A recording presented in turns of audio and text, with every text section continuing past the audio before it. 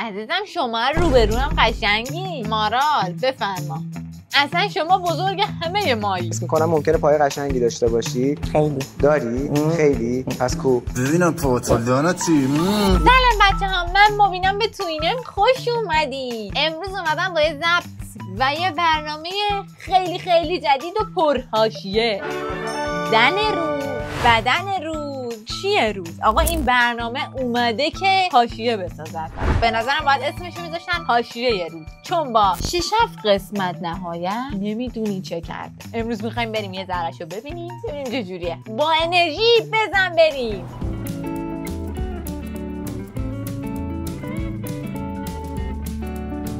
یه ذره حداقل خودداری کنید دیگه، انقدر چندش نگاه نکنید. این برنامه قراره پخش شه.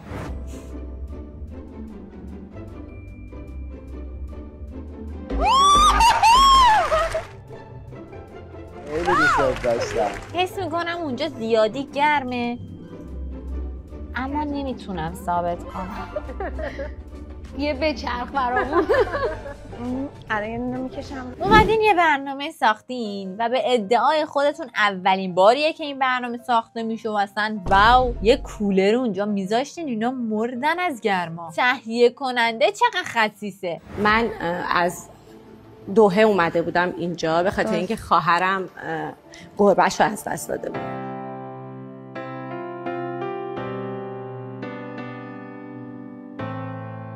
امشب عروسی هستی. خواهرت چی رو از دست داد؟ گربه‌ش. متاسفم. ببین من خودم حیوان خونگی ندارم ولی اونایی که دارن عین بچه‌شون میمونه. خب خیلی طبیعیه که اینجوری احساسیشه وقتی میگه گربه خواهرم مرده. اونایی که حیوان خونگی دارن کاملا میتونن اینو تایید کنن. هدیه دوست داری بگی چرا یک دادی؟ به شخصیتش دادم. من نمیخواستم بپرسم چرا صفر داده. اگه یه آدم خوشتیپ از بهم صفر میداد حتما چون شخصیت صفره. اما یه آدمی که استایل نداره. ولی چون اجازه روز تو برنامه گفتیم ما اینجا نیومدیم به شخصیت هم نمره من از شما بدیم. اجازه گرفتم، گفتم که پس منم از فردا به شخصیت نمره میدم، شما هم گفتیم بدیم، منم به شخصیت. ما یه همچین حرفی نداریم. شخصیت تکمیل کنن. هنوز شروع نشده دعوا شد. تا اینجا اون هدیه خیلی بادی شیم شده تو برنامه. آقا الان اصلا یه جوری شده بیشتر مدل‌ها چاقن، توپرن. بابا باریکلا.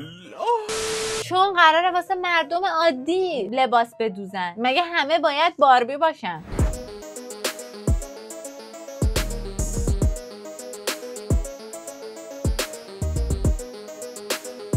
من هیچ مشکلی با این آقا ندارم. سوالم اینه چرا مهناز افشار وقتی میخواد معرفی کنه نمیگه آقای پدرام؟ یا خیلی ناراحتی که داری جاری میشی چون همش احساس میکنم داری اشکاتو پاک میکنی. آره داری گریه میکنه.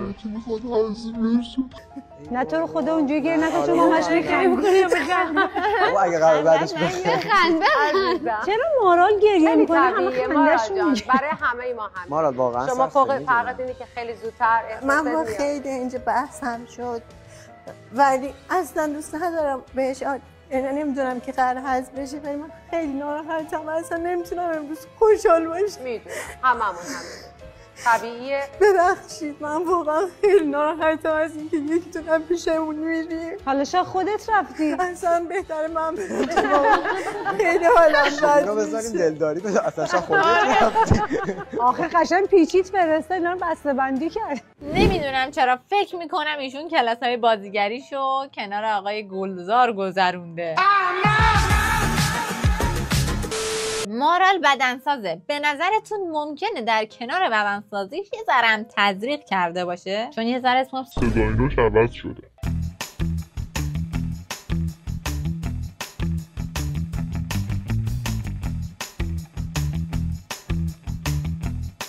دیدین لباسی که خود پدرام طراحی کرد چقدر قشنگتر از قبلیه بود؟ ایشون میتونه تخصصی تر نزد، یعنی خودش اینجا انگار خودشو نشون داد، ثابت کرد که یعنی من مثلا اطلاعاتی دارم در این زمینه. نظر شخصیمه. رزومه و اینا هیچ کدوم از داورا رو نمیدونم. سارا تصمیم گرفتی به مارال نمره کم بدی یا به اونایی که امتیازای بالا میگیرن نمره پایین بدی که آخر هفته جمع پایین بشه؟ برنامه قبلیمون یه اتفاقی افتاد که یهو یه آدمی که هیچ روزی برنده نشده بود اومده بالا. و متوجه شدین که امتیازاتون توش تاثیر داشته و حالا اصلا دلم نمیخواد همچین چیزی ببینم. بازی با امتیاز دلم نمیخواد ببینم. اون وقتی که منم همین کارو ممکنه باهاتون بکنم، چون اون وقت مجبورم یه طرف ترازوی عدالت من قرار بگیرم. اگه یکی اونجا داره اچاف میکنه میکشه پایین، از این و امتیازمو ببرم بالا. اگه میبره بالا من بکشم پایین. اون وقت امتیاز من فقط برای خودم و اون آدمه نیستش، برای اتفاقیه که داره. میگم همه رو دارم میبینم بچه‌ها، امتیازاتون برای خودتون خوب نیست، نه فقط من میبینم، بلکه بیننده‌ام دارن میبینن. و مسئله این نیست که شما از اینجا به عنوان نفر اول برین بیرون، دارین خودتون رو پروموت میکنین. این که امتیازا رو همه میبینن و مربی‌ها هم میبینن خیلی خوبه ها، البته داورا منظورمه، و همین باعث میشه عدالت برقرار شه. به نظرم اینجا حرف خوبی زد.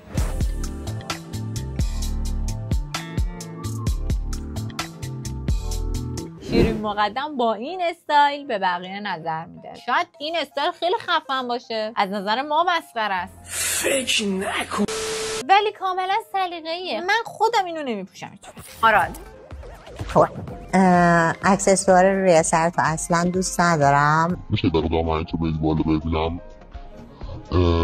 برات بزرگه فکر میکنم. یه نیستش برای اینکه پام خیلی استرس گرفتم، عرق میکنه و به جلو کشیده میشه. آخه خیلی احساس میکنم یه سایز قشنگ یه سایز نمیدونم، ولی به نظر من اینجوری میاد، ولی در کل با مزه. کفش سنگینه، درست میگی، خودم هم توش راحت نیست.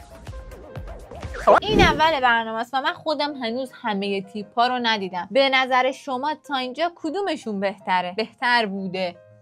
چاکو دوست داشتم ببینم. حالا باز من یه چیزی میگم شما یه حرفی میزنید.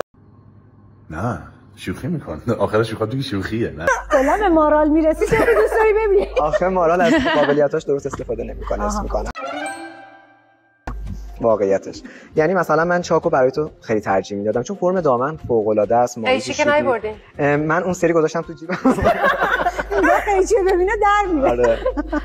آقا چه جوری بگه چاک دوست داره دیگه، بدنساز بالاخره تاثیر داره.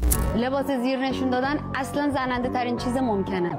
90% جامعه دوست نداره شورت شما رو ببینه. من به دختری که لباس زیرش رو بیرون بذاره امتیاز نمیدم. این برنامه در مورد زن روزه، یعنی زن نوین، و تو یه کاری کردی که یونیک بوده، اون شورتو دادی بیرون و بهت گیر دادن که سانسور نیست. پس چیه؟ اگر این دوباره آوردن عرف توی برنامه‌ای که خارج از ایران هستش باشه پس چیه؟ من قصدم این نبود که لباس زیرمو نشون بدم، من قصدم این بود که بند شورتمو نشون بدم. یه لحظه اصلا از فضای زن روز خارج شدم و قیافه بهار چقدر جلد زده. ولی خب دیدین گفتش که من اصلا نمیخواستم لباس زیرمو نشون بدم. من خودم شخصا صلاحیت یکی از داورا رو کلا قبول ندارم، چون کلاهبردار و خودش وضعیتش اونجوریه. بعد اومدین حرف از آزادی میزنین، یه نفر اومده تیپ اینجوری زده، بهش میگین در شأن زن نیست.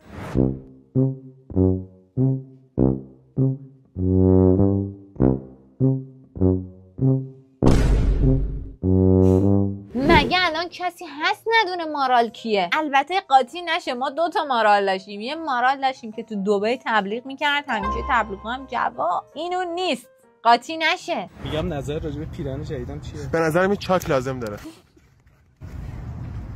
به نظر منم یه چاک لازم داشت، خیلی ساده بود. امروز روز 6 و دوباره همه دارن با پیراهن میان. من فکر میکردم که خب میایم اینجا استایل کردن رو یاد میگیریم، تک پارچه البیسه پوشیدن و فکر نمی‌کنم اینجا هدف این باشه که بفهمیم با البیسمون چه شلوار به چه کفش و چه کیفی بندازیم. میشه به من بگی که فکر کردی این برنامه چه برنامه‌ایه؟ منظورت اینه که ببین من یه بار گفتم بازم میگم اینجا مسابقه دیزاینرها نیستش. حتیش که میگید مسابقه دیزاینرها نیست، کاملا موافقم. اون حرفی که شما هم زدید این بودش که آپشنال میتونه باشه، یا دست ببرن تو لباسشون و یه کاری باش بکنن خلاقیتشون نشون بدن. ممکنه اینو با یه شلوار بپوشم خیلی بد باشه، ممکنه با یه شلوار بپوشم یه ذره بهتر باشه. ببین این با بخش اول حرفت خیلی در واقع تضاد داره. یعنی شما میگی که من میخوام یه کار دیگه بکنم، تلاشم هم میکنم ولی خروجی من مثل بقیه است. اینا هم فکر کن همه تلاششون رو کردن ولی خروجیشون اینه. ببین من خودم این برنامه رو میبینم، این نیلوفر کلا همینه، خودش هیچ کار خاصی انجام نمیده، فقط نشسته میگه چرا بقیه کاری انجام نمیدن. خب تو یه کاری انجام بده بذار بقیه یاد بگیرن. داستان این بود که من اینو گرفته بودم ولی این دزگیر شلوار هست، اینو یادم رفته بود که بدم از چیز بازش بکنم. واسه همین دادم به یکی از کارکنان اینجا که اینو باز کنه. خودم رفتم تو اتاق میکاپ که سری میکاپمو انجام بدم و اینا.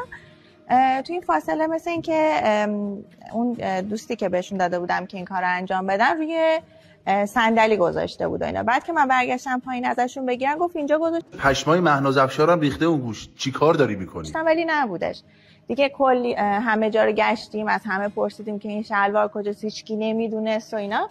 خلاصه دیگه من با کارگردان که مطرح کردم قرار شد که بگردیم، یعنی همه جا رو. من از همه اجازه گرفتم که اگه اشکال نداره اتاقا رو بگردیم و ببینیم این شلوار کجاست، چون اگه شلوار نبود من برای تم امروز هیچی نداشتم که بخوام بپوشم. همین که داشتیم صحبت می‌کردیم و من رفتم تو اتاقا رو بگردم، یا متوجه شدم صدا کردن که شلوار پیدا شده و این یه جای خیلی پرتی زیر فرش بود یا روی فرش. من اصلا کاری با قیافه مهناز افشار ندارم. مگه وقتی میری خرید فروشگاهی که ازش خرید میکنی نباید اون دزگیر شلوار رو بکنه بده بهت، وگرنه وقتی رد میشی از این گیتا صدا میده؟ چجوری میشه؟ یه ذره قضیه دارک شد. به خاطر این میکروفون تازه درستش کردیم که مرد آوردش یعنی بالاتر میاد. اونجا داریم عرق میکنیم از اینجا داره جوابشو پس. ببخشید ولی اینو شنیدم. دختره ازت پرسید چطور لباسم، اینو کامنت بده، اینا گفتی نه اونجا بهت کامنت گذاشتی رو سرت تو چشه، بعد کمربندت هم تو چشه، دوتاشون تو چشن. مال خودمه. لباسای خودش کمه. آره. شماره 1 اینا خیلی نگاه که چقدر بالان، یعنی ممکنه آدم یکم شلوغ باشه داره میره چی میشه، شاید بخوره رو پات بیفتی. اونم میتونستی کمکش کنی که اونم استایلش خوب بشه. من بهش گفتم من شاید رفتیم اونجا جشن گرفتن، کنسرت چیز بند آوردن و شام مشروب نشستیم. مشغولین دیگه. هر چیز دیگه ای اصلا نمیبینم. نه حالا صبر کن استایلا که میاد یعنی مطمئن باشم. میبینی صبر کن. چشمک آخرش چی بود؟ این شیرین واقعا شیرینه ها، خودشه، یعنی اومده خودش باشه، اصلا نه شو آف هیچ. ما با این بدن نمیتونی بیای به من بگی گوشت بدن تو، وقتی که من 8 سال بدنسازم و مسابقه میدم مدال دارم، بدن خودتو با بدن من مقایسه کنی که کجایی بزنی یه تیکه گوشت از من در بیاد. من سیکس پکام معلومه، لباسم یه ذره تنگ، شما چربی این ندارم. شما به من اینکه اصلا ربطی به کانسپت امروز که کانسپت امروز افتتاحیه یه برنامه بود. اوکی منم گفتم افتتاحیه سال 2030 اومد گالا. درسته ولی خب الان شما نمیتونی به خاطر دلیل شخصی زیاد پان کم کنی. دلیل شخصی من با شما دلیل شخصی ندارم. همچین چیزایی داری. یه روز همدیگه رو دیدیم. اول از اینکه مگه شما مارا جان رفتی 2 تا کاشتی، کسی بهت حرفی زد که بدن سازی تو به رخمون میکشی؟ هدیه رو منظورمه. لباسو کوتاه تو تن تو میدیدم، حس میکنم حالا باشگاه هم که کار میکنی بدنساز هستی، حس میکنم ممکنه پای قشنگی داشته باشی. خیلی داری؟ خیلی؟ پس کو؟ داری؟ کو؟ ببینم پاتو لعنتی. یه ایراد دیگه که میتونم بگیرم ازش، ببین بالا تنتو دوست دارم، یعنی شیپی که داره به نظرم قشنگه. شیرین جان ببین ازم بالا تنتو دوست دارم، خب اوکیه، ولی خب اینکه لباس پوشیدی جالب نیست. درست اینجا شوی لباسه ولی خب شما لباس نمیپوشید.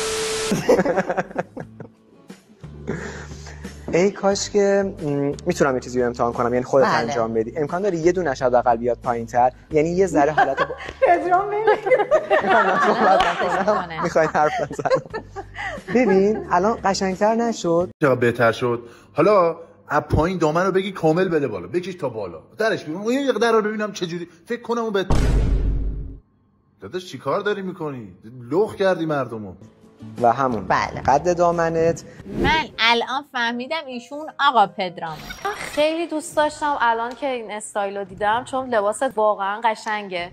نمیدونم چرا دوست داشتم که زیر این لباس یه شلوار یا یه لگ چرم بپوشم با یه دونه کفش نوکتیزه چرم که مثلا حالت متگالاشو بگیره و خیلی آره من نمیدونم چرا دوست دارم یه استایل رو بگیرم. بذار ازت نپذیرم. توی جای دیگه حرف میزنی. اینو از کجا در آوردی؟ حس کردم میخوای بگی که یه چیزی گفته باشی. اون ما لباس لگ چرم. بعد به من گفت تو گوشتت از بیرون زده بیرون. آقا دروغ گفتم. من گفتم اینجا الان ما عزیزم کجایی بزنید یه تیکه گوشت از من در بیار. من سیکس پک ها معلومه باسم یه ذره تنگ شما ندارم. شما به من گفتی منم به تو گفتم.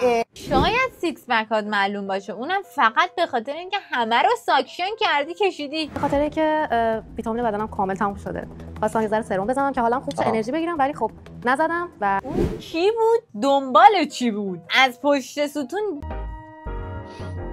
اوه مارال بفرما. همیشه سیکس پکاشو میبینین دیگه.